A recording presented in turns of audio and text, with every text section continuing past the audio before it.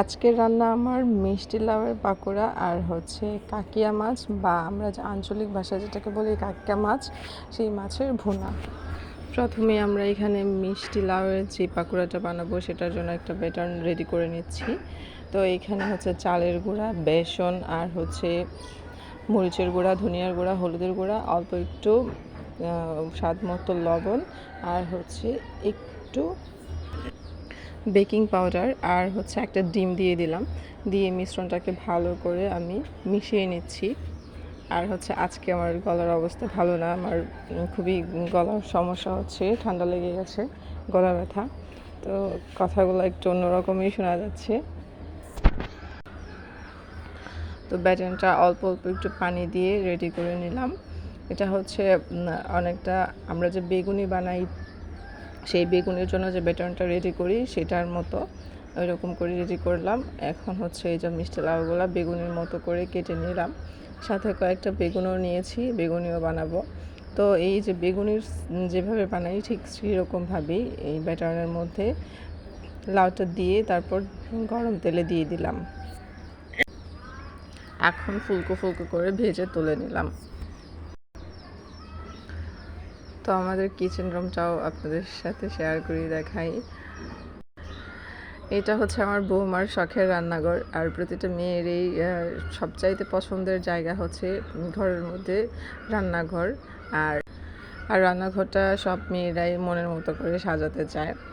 তো বৌমার যেরকম ইচ্ছা ছিল এই যে উপর দিয়ে অনেকগুলো শেলফ তৈরি করবে, তো বৌমা নিজের মনের মতো করে রান্নাঘরটা সাজিয়েছে। তো কেমন লেগেছে এই রান্নাঘরের ডিজাইনটা সবাই জানাবেন। এরকম করে রান্নাঘর সাজাতে কার কার ইচ্ছে হয়, আমার তো খুব ভালো লাগে। তো এই যে আমার এই ফাঁক দিয়ে আমার পাকোড়াটাও রেডি হয়ে গেছে, আর এটা দেখেন অনেক মুচমুচে হয়েছে, আর খেতে কিন্তু গরম গরম অনেক মজা লাগে। আর এটা হচ্ছে গরম ভাতের সাথে তো দারুণ লাগে খেতে, এমনি সন্ধ্যা বা বিকেলের নাস্তায় আরও বেশি মজা লাগে। তো এইখানে আমি আরেকটা তরকারি রান্না করার জন্য কড়াই বসিয়ে দিলাম। কড়াই পরিমাণ মতো তেল দিয়ে পেঁয়াজ আর কাঁচামরিচ দিয়ে দিলাম।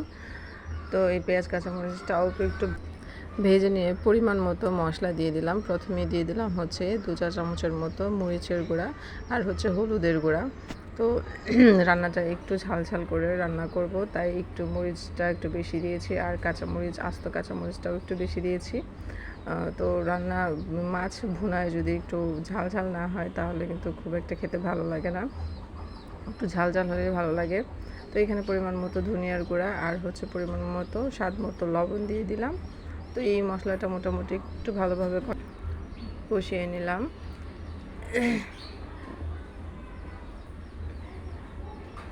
এখন এই যে মাছটা কেটে পরিষ্কার করে ধুয়ে রেখেছিলাম, কাকিয়া মাছ, আর এই মাছগুলো দিয়ে দিলাম এখন। আর এই মাছটা খেতে কিন্তু অনেক ভালো লাগে।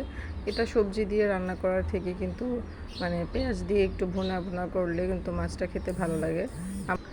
আমাদের কিশোরগঞ্জের আঞ্চলিক ভাষায় কিন্তু এই মাছটাকে আমরা কাকিয়া মাছ বলি।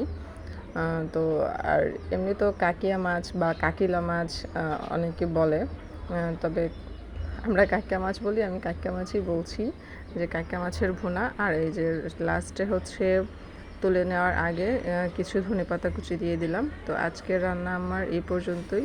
সবার কাছে কেমন লেগেছে আমাকে অবশ্যই কমেন্ট করে জানাবেন, আর সবাই ভালো থাকবেন। আল্লাহ হাফেজ।